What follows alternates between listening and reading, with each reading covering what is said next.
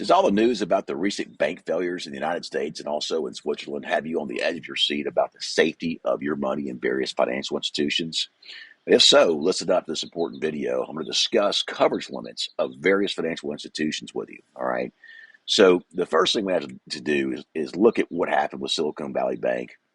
The reality is Silicon Valley Bank especially was a kind of a specialized bank that dealt with a lot of venture capital in the tech sector. In fact, there were 40,000 depositors who had FDIC coverage limits well above, or deposits well above FDIC coverage limits there. And a lot of those were venture capital companies. And there was a lot of demand being put on the tech sector here recently. More capital needed to go into the companies and startups and that sort of thing. And then there was some concern about the bank, and this 40,000 group of people was a very tight-knit group in Silicon Valley Bank, and the word got out pretty quick, and something like $50 billion of capital left Silicon Valley Bank on a Friday, which was just a massive blow to the bank itself.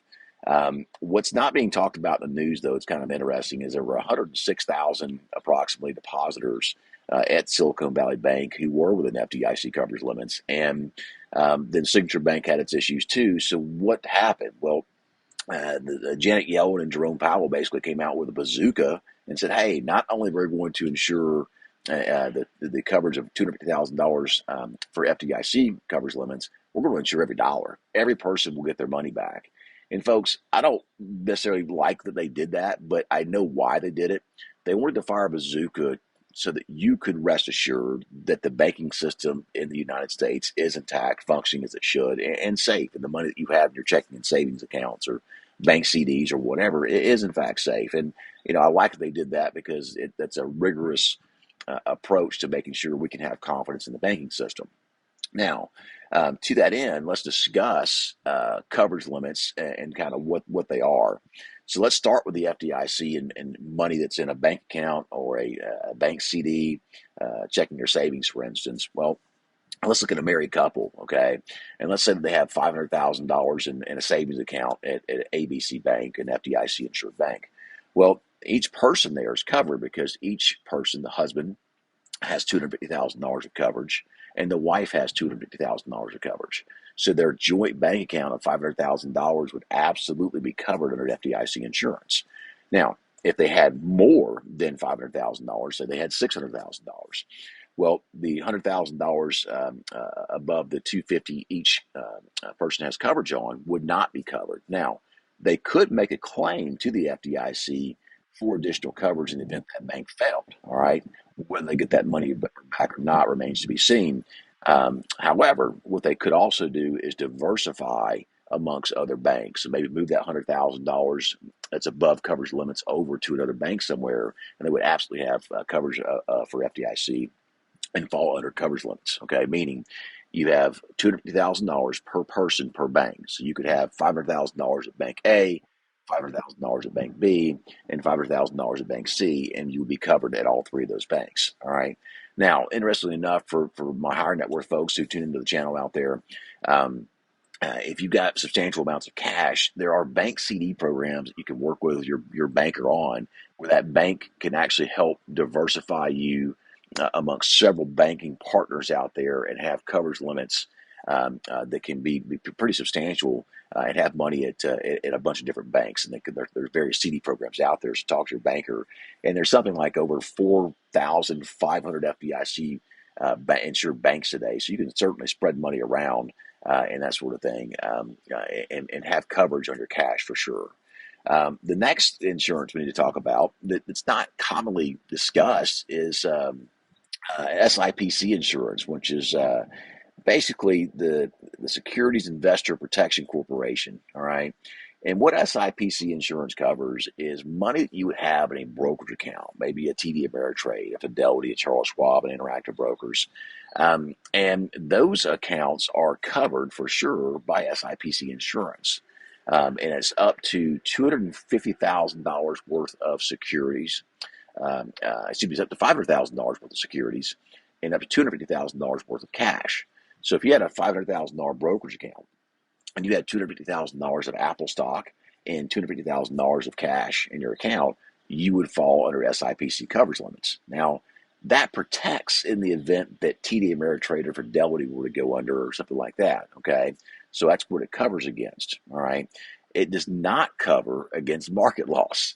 So in the example I use, if you're $250,000 in Apple stock were to get cut in half because Apple stock fell by 50%, I'm not saying that's going to happen or not, but if it, in the event that it did, that $125,000 loss that you just incurred in Apple stock is not covered under SIPC insurance. So SIPC insurance is there to cover against a brokerage house going under or something like that, not against stock market losses. Okay.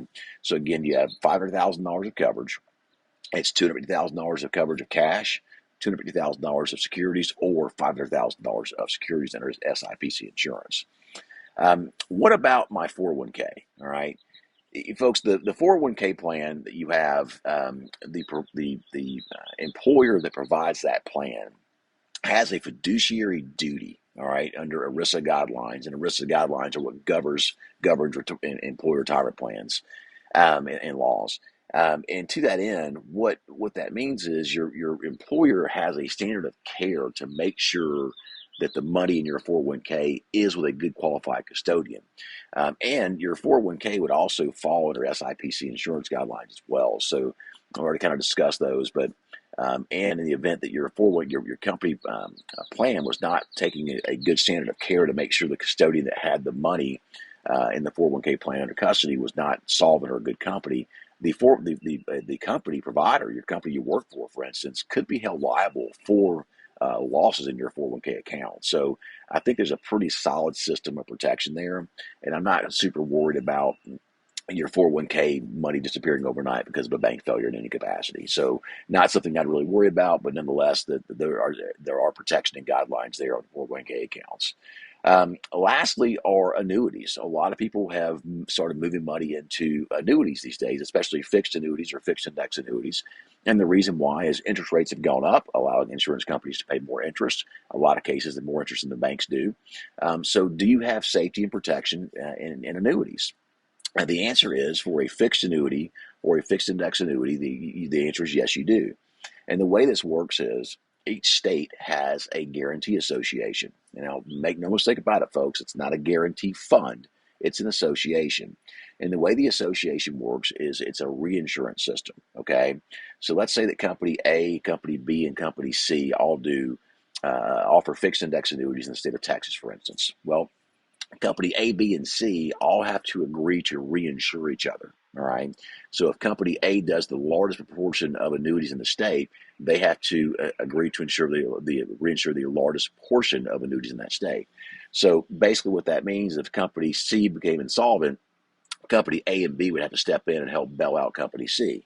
All right. Now, there's a lot more to it than that, because when an insurance company takes your money in, they have to hold $1 in reserve for every dollar outstanding in real assets. So they should have the asset base available to bail out, to be able to sell those assets off and make their policyholders whole in the event that a run was created on the insurance company.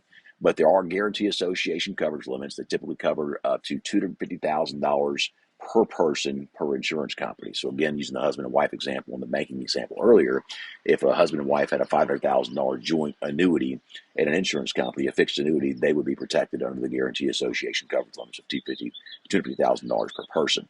All right, so folks, just wanted to share with you the various protections that are out there that exist. You can do some of your own research on the Guarantee Association, on SIPC insurance, on FDIC insurance, and do a little research, a little bit of homework if you are on the edge of your seat about these things. But personally, I believe that the banking system is intact. I don't see this as another 2008, 2009 scenario. And I think the Fed did the right thing, and the Treasury did the right thing by firing a big bazooka and insuring all the deposits at SVB and Signature Bank. So anyway, thanks for tuning into the channel. I'm Ryan Wheels. I hope this video added some value to your day and calmed your nerves. If you are in fact on the edge of your seat about the banking failure and the banking system, please give us a like down below. Hit the subscribe button. And as always, thank you so much for tuning in to the On the Money YouTube channel, powered by Allied Wealth.